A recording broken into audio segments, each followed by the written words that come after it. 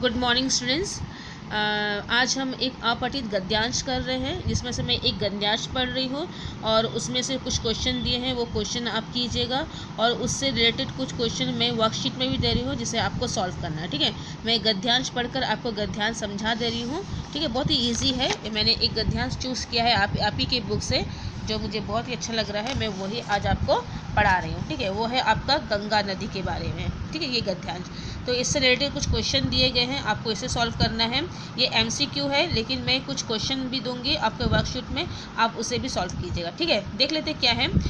गंगा का न केवल भारतवर्ष में अपितु विश्व में महत्वपूर्ण स्थान है। यानी गंगा नदी जो है पूरे विश्व में ही काफ़ी पवित्र नदी मानी जाती है।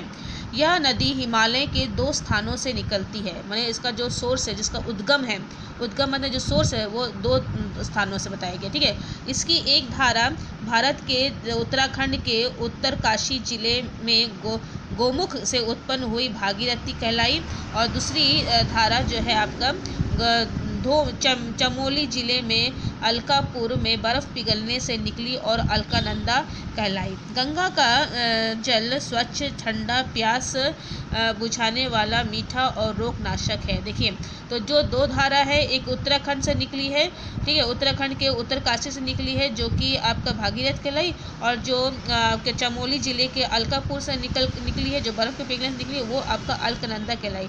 तो 2 नाम इसके दिए गए हैं। ठीक है, और ये बताया गया है गंगा जल का जो विशेषता है, वो बताई गई है कि ये जल काफ़ी स्वच्छ होता है, ठंडा होता है, प्यास बुझाता है और साथ ही रोग का भी नाश करता है। ठीक है, इसमें और इस जल की एक प्रमुख विशेषता है कि गंगा जल में कभी कीड़ा नहीं लगता है, कभी खराब नहीं होता जल।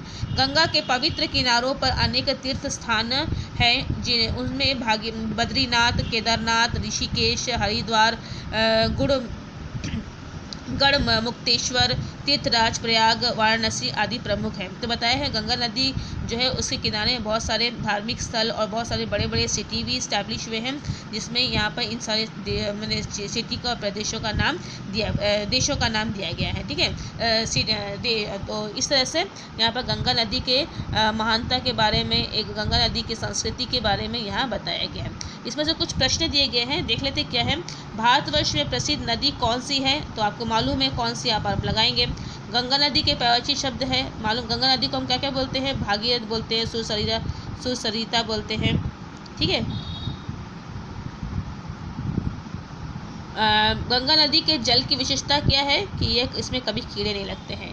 गंगा नदी के किनारे पर कौन सा प्रसिद्ध स्थान है? बहुत सारा लिखा है, वहाँ पर देख लीजिएगा, और इसका उपयुक्त शीर्षक क्या है उसे भी आपको ढूंढना है।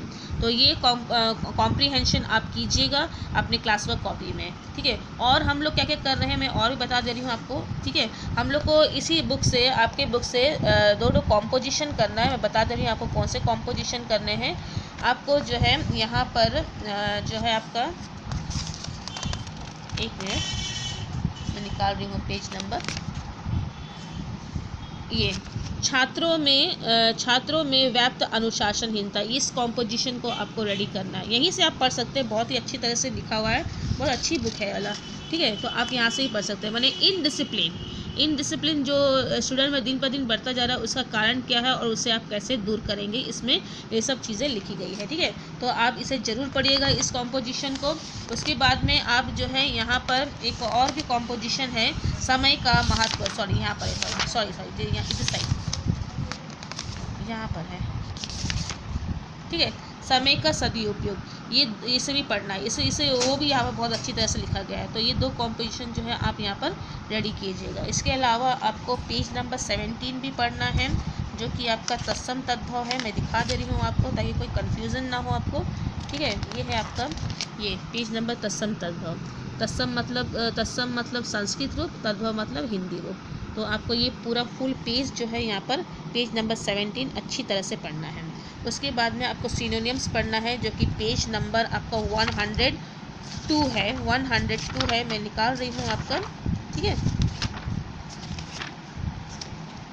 ये 102 आपको पढ़ना है, जो कि आप पढ़ेंगे, आप कोयल से लेकर आप पढ़ेंगे पूरा ये पक्षी तक, इसमें ये पूरा पेज जो है आपको सिनोनिम्स पढ़ना है, ठीक है। उसके बाद में पेज नंबर 99 जो कि आपका ऑपोजिट है पेज नंबर, और ये 99 इसमें ऑपोजिट भी आपको अच्छी तरह से पढ़ना है।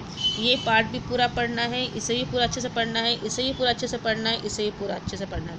और यदि किसी वर्ड में कोई समस्या होती है तो आप मुझे ज़रूर ही बताइएगा, ठीक है। और इसके अलावा जो मैंने सेंटेंस पढ़ाया है आपका, वो सेंटेंस भी आप अच्छी तरह से पढ़िएगा, ठीक है। जो सेंटेंस के जो प्रकार बताए गए हैं उन प्रकारों को भी आप जो है अच्छी तरह से पढ़िएगा, क्योंकि एग्ज़ाम में जो है किस प्रकार के सेंटेंस होते हैं, मैंने सेंटेंस को आपको पहचानने के लिए आएंगे, आपको रिकॉग्नाइज करके जो है उसका नाम वहाँ पर लिखना है, ठीक है। कि आई होप कि आपको समझ में आ रहा है कि आपको क्या क्या पढ़ना है और क्या क्या किन किन चीज़ों पर आपको ध्यान भी देना है, ठीक है। अब पेज नंबर 71 भी थोड़ा दिखा देती हूँ मैं आपको, जो कि आपका सेंटेंस है, ठीक है। तो आपको कोई असुविधा ना हो इसलिए मैं सब चीज़ें दिखा दे रही हूँ, आप वो सब अच्छी तरह से पढ़िएगा, ठीक है। ये जो है सेंटेंस जो है अर्थ के आधार पर आपको पढ़ना है, विधानवाचक, निषेधवाचक, प्रश्नवाचक, आज्ञावाचक, विस्मयादिवाचक, और उसके बाद में आपका आ गया है इच्छावाचक और संदेहवाचक और संकेतवाचक, ठीक है। आपको सेंटेंस दे दिया जाएगा और आपको बोला जाएगा इसको रिकॉग्नाइज करना है आपको, ठीक है, कि कौन सेंटेंस है। इसके अलावा हमने ये भी पढ़ा है कि ये रचना के आधार पर भी हमने पढ़ा है वाक्य कितने प्रकार के होते हैं, सरल वाक्य, मिश्रित वाक्य और आपका संयुक्त वाक्य। तो वाक्य को जो है आपको अच्छी तरह से पढ़ना है। यदि कोई कन्फ्यूज़न है तो आप बिल्कुल डेफिनेटली मुझसे पूछ सकते हैं। आई होप कि आपको सब कुछ समझ में आ रहा होगा, ठीक है। मैंने सब कुछ ग्रामर पोर्शन इस वीडियो में बता दिया है। Thank you.